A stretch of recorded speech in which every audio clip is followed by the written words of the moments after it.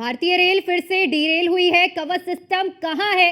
सरकार की ओर से कवच सिस्टम जो लागू किया गया था, ये बड़ा सवाल उठ रहा है और कई बड़े सवाल हैं। लेकिन इन सब बातों के बीच में सबसे बड़ी बात यह है कि गोंडा में जो ट्रेन हादसा हुआ है, उस पर डिप्टी सीएम ब्रजेश पाठक से अभी हमने बातचीत करने की प्रयास किया और उनसे उनकी प्रतिक्रिया जानी। उन्होंने जानकारी दी है कि हादसे में 26 लोग घायल हुए हैं और जो भी घायल हैं उन्हें समुचित उपचार के दिशा निर्देश दिए गए हैं। घायलों को सीएचसी मनकापुर में भर्ती कराया गया है। जिनकी हालत गंभीर है उन्हें तत्काल प्रभाव से हायर मेडिकल सेंटर भेजने के भी निर्देश दिए गए हैं। यानी कि सबसे पहले सरकार की प्राथमिकता है कि जो लोग घायल हैं उन्हें किस तरह से इलाज मिल सके, उन्हें किस तरह से सुरक्षित किया जा सके, सबसे पहली प्राथमिकता। दूसरी, अन्य मुद्दों पर आगे जांच पड़ताल की जाएगी। तो घायलों को मनकापुर सीएचसी में भर्ती कराया गया है ताकि उन्हें बेहतर इलाज मिल सके। 26 घायल हुए हैं।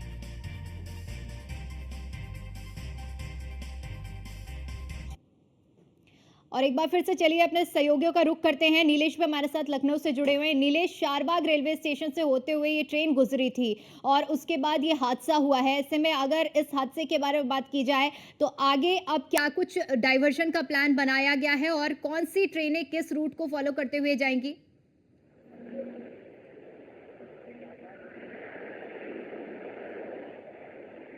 नीलेश, आप तक आवाज पहुंच पा रही है?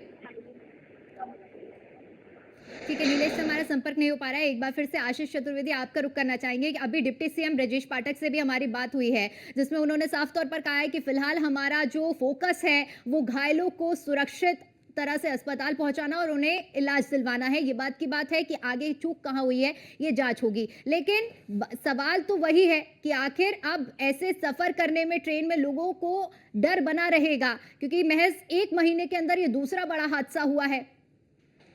देखिए दीपिका, मैं आपको बताऊं कि जो डिरेल जो होती है, जैसे कि आपने कवच की बात कही थी, तो कवच जो सिस्टम जो काम करता है वो ये बताता है कि सामने इस पटरी पर कितनी दूर ट्रेन है या दूसरी ट्रेन खड़ी हुई है।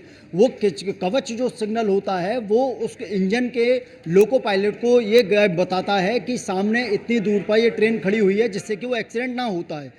लेकिन डिरेल वाली जो बात होती है वो कवच सिस्टम उसमें काम नहीं करता है, क्योंकि डिरेल जो होती है वो पटरी से क्लिप जिस तरह से निकल जाती हैं या पटरी कट जाती है, उससे ट्रेन डिरेल होती है। जब ट्रेन का पहिए पटरी से निकल जाता है, डिरेल हो जाता है, तब जो है वो डिब्बा पलटता है। तो कवच सिस्टम का इसमें कोई मतलब नहीं है। लेकिन जिस तरह से ब्रजेश पाठक ने कहा, क्योंकि राज्य सरकार की, जिला प्रशासन की ये जिम्मेदारी है कि कैजुअलिटी कम से कम हो, इसीलिए तुरंत तत्काल जो है डीएम वहाँ पर पहुंची, सीएमओ वहाँ पर पहुंचे, रेलवे के अधिकारी वहाँ पर पहुंचे, जो जीएम हैं गोरखपुर के वो अधिकारी वहाँ पर पहुंचे, और जो लखनऊ मंडल के जो अधिकारी हैं वो वहाँ पर पहुंचे। रेलवे बोर्ड दिल्ली से मॉनिटरिंग की जा रही है, लगातार बताया जा रहा है, पूछताछ की जा रही है। उधर मुख्यमंत्री योगी आदित्यनाथ पल पल की जानकारी ले रहे हैं। तो कह सकते हैं कि ये जो कैजुअलिटी हुई है, कि जिस तरह से ये डिरेल हुई है ट्रेन, उसमें कम से कम मात्रा में जो है हताहत हों यात्री। यही होनी चाहिए कि लोगों के जो कैजुअलिटी हो रही है वो संख्या कम हो। एक बार फिर से आपका रुख करेंगे। हरेंद्र, आपके साथ रेलवे के अधिकारी भी मौजूद हैं। एक बार उनसे बात करिए, इस हादसे को लेकर उनकी प्रतिक्रिया दर्शकों तक साझा कीजिए।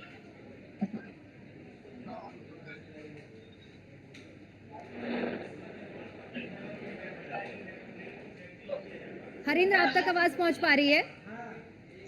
आवाज आ रही है। यहाँ लोगों से बात करने का प्रयास कर रहे हैं, जो लोग यहाँ पर मौजूद हैं उन लोगों से, खास तौर से। सर, क्या अभी तक फीडबैक और क्या जानकारी अभी तक मिल पाई है? सर, केवल अभी तक हम लोगों को ट्रेन की ही जो डाइवर्टेड गाड़ियां हैं उसी की जानकारी मिल पाई है। अभी तक वहां से कोई लिस्ट नहीं आ पाई है जिसके बारे में हम लोग ये क्लियर बता सकें कि कितनी कैजुअलिटी है, कितने मेजर घायल हैं, कितने नॉर्मल हैं। अभी वो लिस्ट आनी बाकी है। वो लिस्ट आते ही फिर मैं अब सर इसकी जानकारी तो नहीं दे पाऊंगा मैं। नहीं। गोरखपुर रेलवे स्टेशन पर जो भी अधिकारी हैं उनका मानना है अभी तक वहां से सूची नहीं आ पाई है।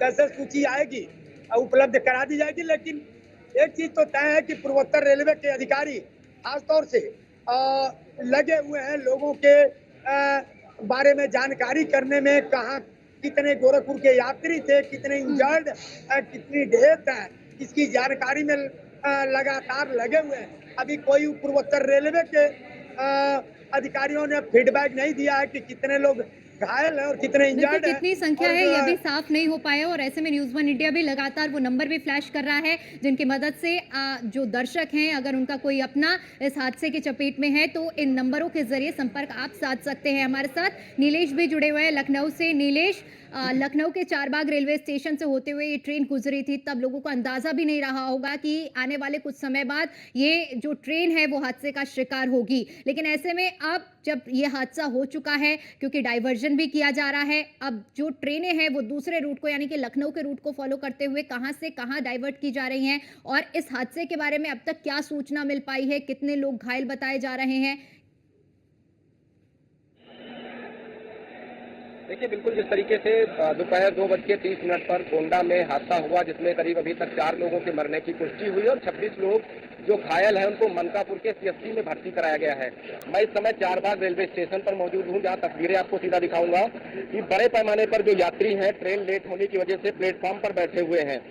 जिस तरीके से गोंडा में हादसा हुआ उसको अगर हम देखें तो करीब 1 दर्जन ट्रेनें ऐसी हैं जिनके रूट को डाइवर्ट किया गया है या मार्ग परिवर्तित किया गया है, जिनमें से अगर हम बात करें तो हावड़ा काठगोदाम बाग एक्सप्रेस को डाइवर्ट किया गया है, रसौल आनंद बिहार सत्याग्रह एक्सप्रेस को डाइवर्ट किया गया है, दरभंगा नई दिल्ली बिहार एक्सप्रेस को डाइवर्ट किया गया है, गोरखपुर भटिंडा गोरखपुर धाम एक्सप्रेस को डाइवर्ट किया गया, कटिहार एक्सप्रेस अमृतसर अमृतपाली एक्सप्रेस को डाइवर्ट किया गया, गोंडा गोरखपुर पैसेंजर को रद्द कर दिया गया है।